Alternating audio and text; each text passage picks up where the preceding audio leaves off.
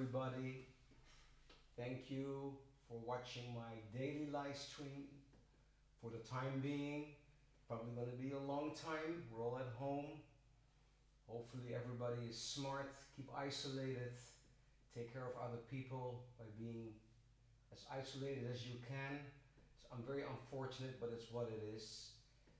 Let me not go into this because this is where everybody's only talking about. So I decided to do this daily live stream from my home. This is my Yamaha piano. This is one of my keyboards, a Roland.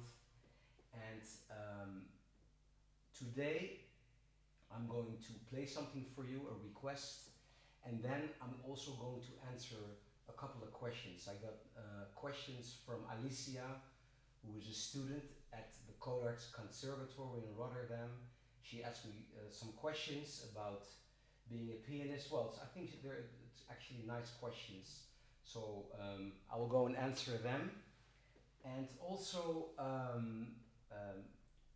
please, when you're on Facebook, you can be notified whenever I go live. You automatically get a message. Please click that. And if you're on YouTube, please subscribe to my YouTube channel. There are also many other videos on my YouTube channel. All kinds of stuff. Actually, it's growing, and a lot of videos. So please also subscribe to my YouTube channel and hit the bell icon in order to be notified. So again, also before I start playing the first song, if you have any request, like maybe a song you would like me to play to explain certain things, musicians tips, like it can be piano talk, for musicians, harmony, practicing tips, maybe also networking for musicians. It's a big thing, how to build a career being a professional musician. Maybe you want me to share music I love to listen to myself, whatever. Just let me know, send me a request, and I will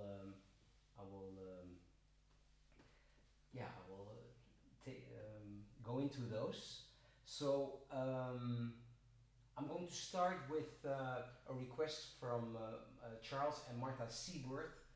They're a wonderful couple. They live here in Amsterdam and they attend a lot of concerts. They're big fans, and they requested me to play a Latin American song. So I'm going to start with Bésame Mucho. Oh, and please, if you like this live stream, please, and you're on Facebook, please share it. Always nice. Thank you. Bésame Mucho.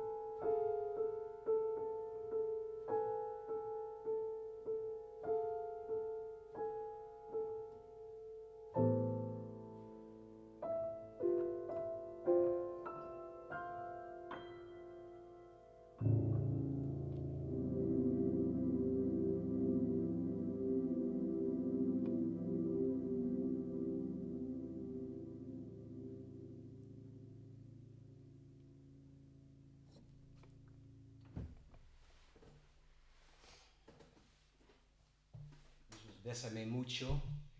I'm going to move the microphone a little bit closer because I'm going to do some talking. Oops, sorry. Let me fix this. Sorry about that. So, sorry about the noise. And I'm looking at the comments here before I will start talking a little bit.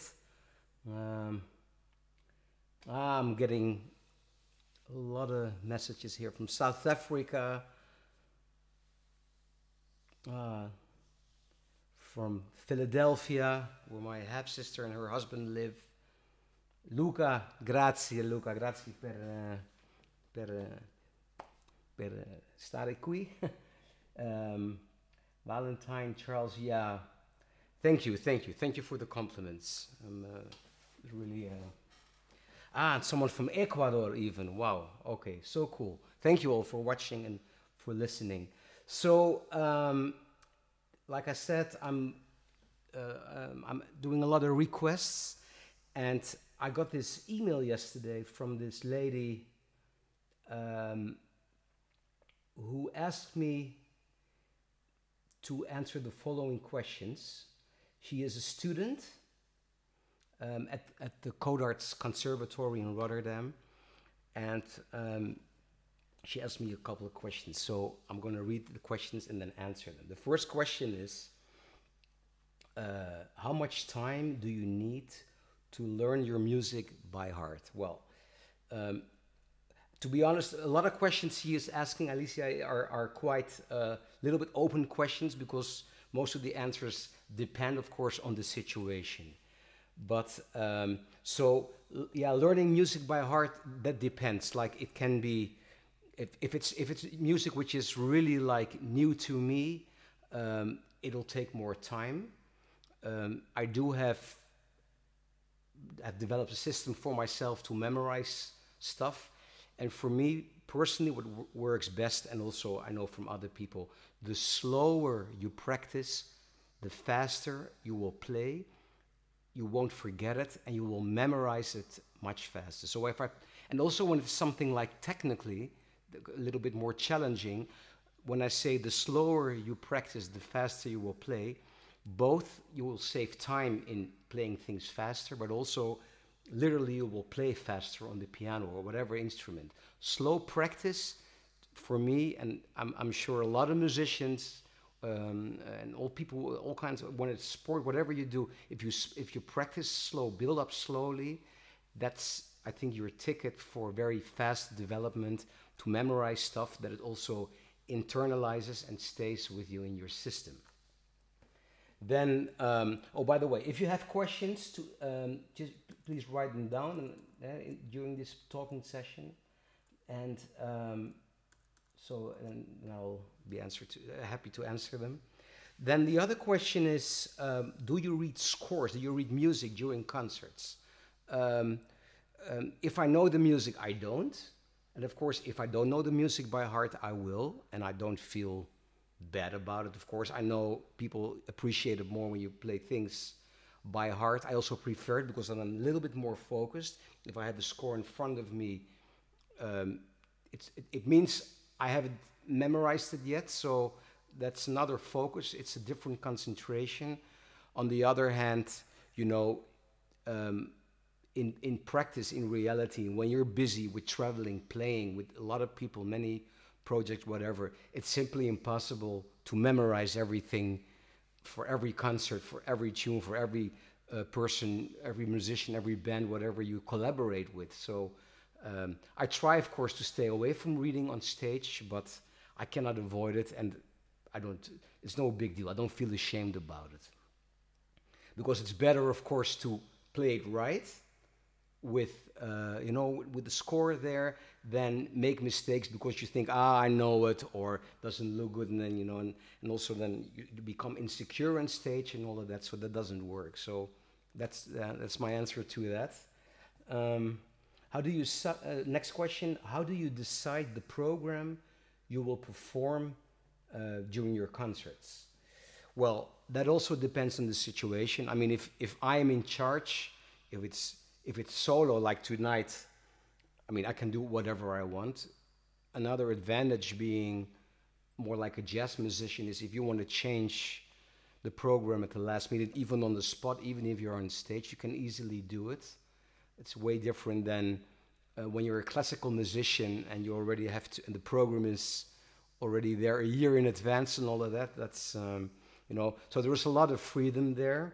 Um, and it depends. What do I decide to play? Like in this case, there are requests, and I'll play the request people have if I know the request, if I know the songs.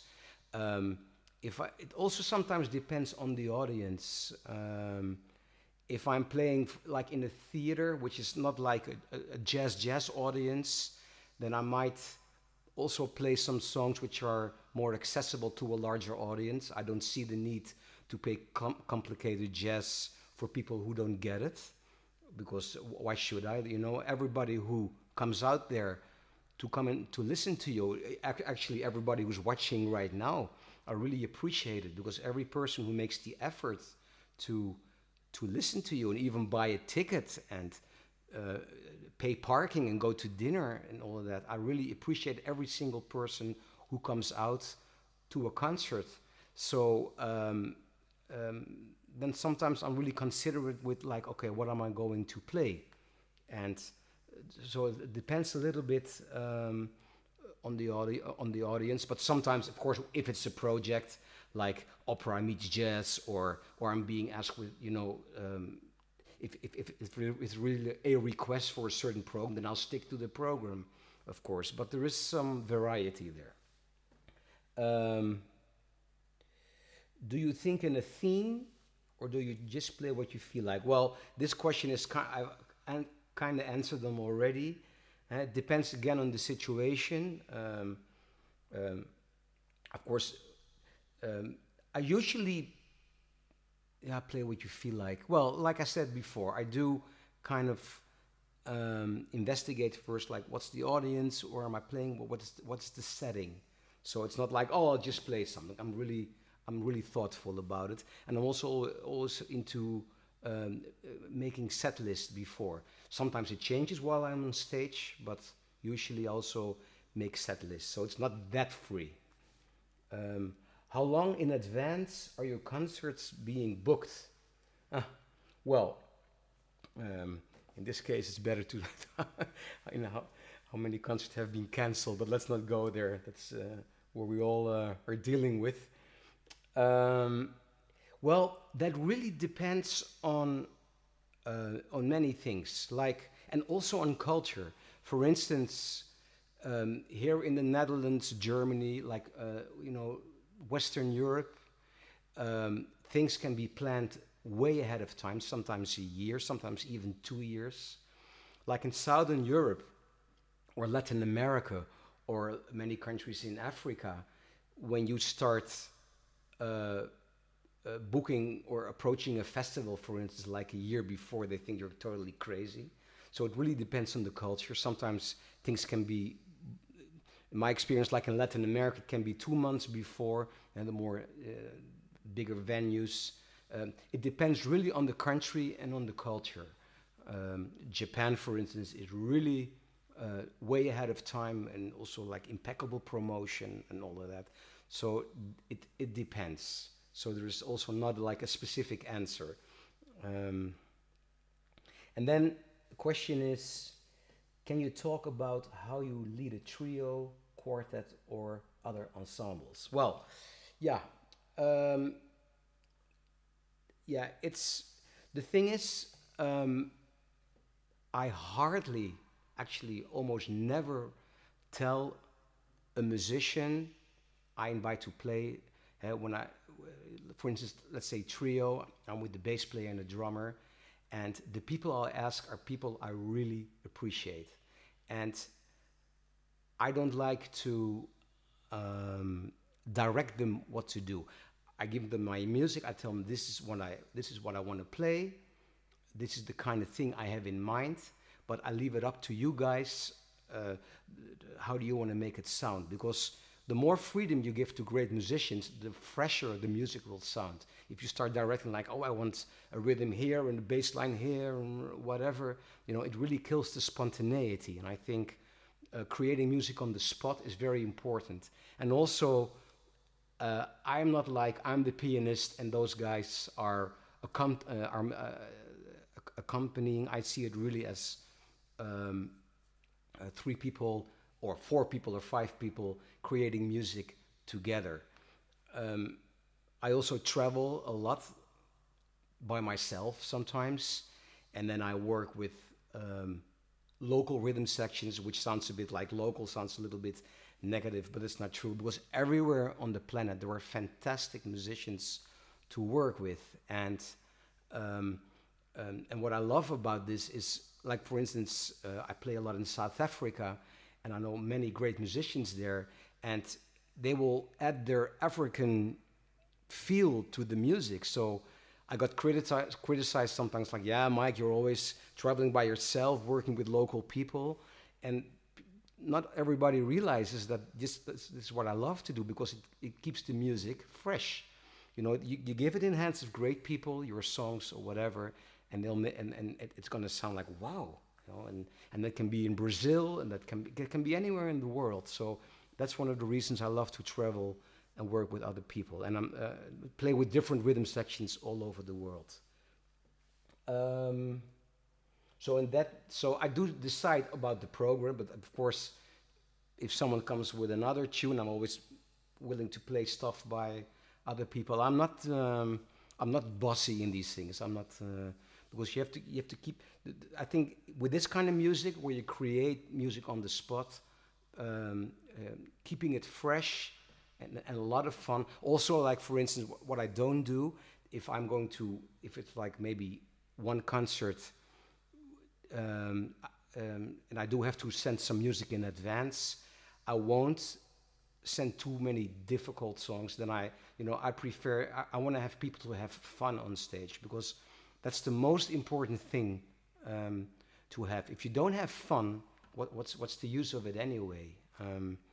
And I really learned this from playing with like world class musicians. It's all about having fun, and sometimes people forget it, especially because there's always the judgment and the jazz police and all that stuff. But having fun on stage or wherever you play is the most important thing. So let me see if there are any other questions in the meanwhile. Um, uh, ah, 2020 is the Beethoven year. Oh, that's true. Can you play something from Beethoven in jazz style? Oh my goodness, that's something I will have to practice. I'm I don't want to look stupid, but I'm going to memorize this. I'm going to write I'm going to write this question down, Linda, and then yes, I will follow up on this. So please bear with me. Um, Olivier Kegel is asking, do you still do jazzy opera tunes? Yes, I do. Um, Maybe it's time to play something. So the jazzy opera tunes, what it means is my father was an opera singer, and I grew up with opera and classical music, and I uh, I love opera for many reasons, and um, like I said before in the previous stream, and I explained it many times, if you ask 100 jazz musicians about opera, 99 are out to lunch. And I think that's a pity because the opera, there are so many incredible melodies, Neapolitan songs, the bel canto. Bel canto means beautiful singing. So there is so much beautiful music there. And um, if you would be interested, you can on Spotify and check my album Italian Opera Meets Jazz, which I recorded with the Metropole Orchestra, with Jules Buckley conducting and the amazing soprano Clara McFadden. But let me play one of the operatic songs for you. And let me move the microphone. I hope it's not going to drop. Okay, sorry about this. It's probably noise. Sorry about that. Okay. Let me play something by Puccini in entitled Que Chelida Manina.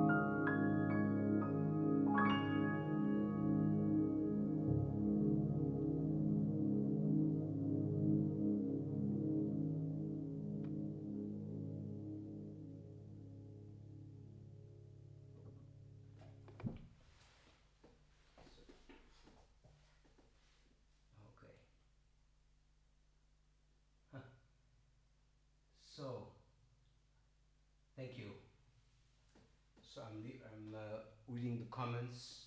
Yeah. So thank you for all your comments. So I'm gonna play one more for you tonight. A standard rendition of my and obrigado Vales. Thanks for watching. Thank you. Um, Again, before I close, I would like to say every evening, 10 p.m. Amsterdam, Central European time. I'm here playing for you, answering questions, sharing music, whatever. Let me know if you have any requests, and please like my Facebook page, and you can please share the the live stream. You can also get notifications when I go live. Same for YouTube. Please subscribe, hit the bell icon, all of that, so then you're notified. And again, on YouTube there are a lot of videos which you can watch from many different projects. Also, a lot of collaboration with world music, which I've been doing in over 100 countries. So there is a lot to see there too on my YouTube channel. So please subscribe there, and I hope to see you tomorrow. Thank you for listening.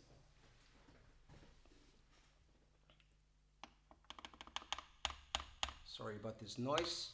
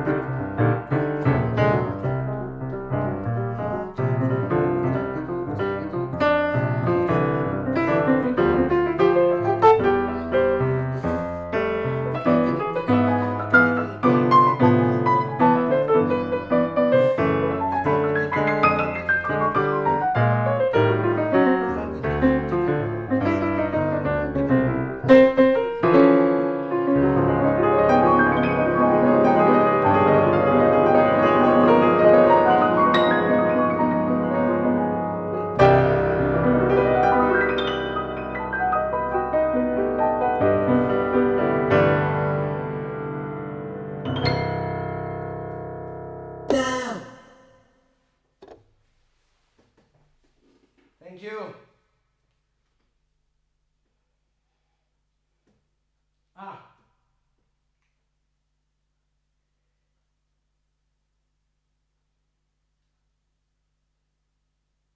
I'm still looking at the comments before I close because there are some intriguing questions. Um, Thanks, Adrian. Adrian Merce is watching. Wonderful trombone player. And Luca Ciarla, fantastic violin player from Italy. We're starting a duet actually. We were supposed to already start with this duet shortly, but of course, through all the disasters which are going on in Italy and all over the world, we unfortunately have to postpone. But keep an eye on it. I'll inform you about this duet as well. And then Hans Hendrik is asking, maybe you could tell us about what got you into jazz and how you learned to improvise and get vocabulary. Oh, that's a whole story. Well, yeah, I will elaborate a little bit more on this tomorrow.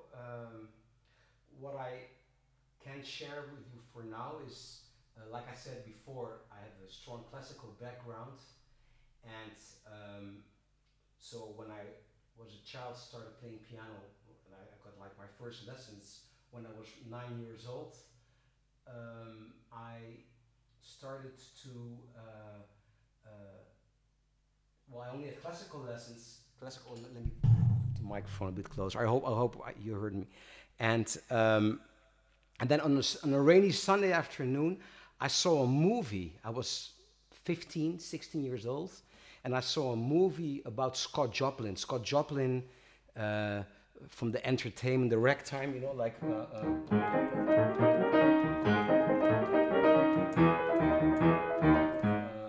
have to say. This kind of ragtime music. And it was the first time that I heard the piano in a different way, and I went like, "Whoa, this is incredible!" And then I bought the books and studied a couple of those rags. And then my father, who was a serious classical musician, he realized that I was totally fascinated by this, and then he bought me a ticket for Oscar Peterson, who was playing with his trio at the Concertgebouw in Amsterdam. This was a night concert, which started like at midnight after the Concertgebouw orchestra played, and then Oscar would be there with his trio with Niels Henning Ørsted Pedersen and Ed Thigpen, drums. And when I saw that concert, then I knew what I wanted to do. Then I knew I wanted to become a jazz pianist, and then I fully went for that, and that really changed my musical life. But I'll elaborate on this some more because there's a lot more to it, of course. But to already have a short answer of your question. So, ah, thank you, Jaco. Thank you. Yeah. So again, I'm going to close for tonight. Thank you again for watching. Please, tomorrow, 10 p.m. Amsterdam Central European Time on YouTube and on Facebook. Good night. Thank you.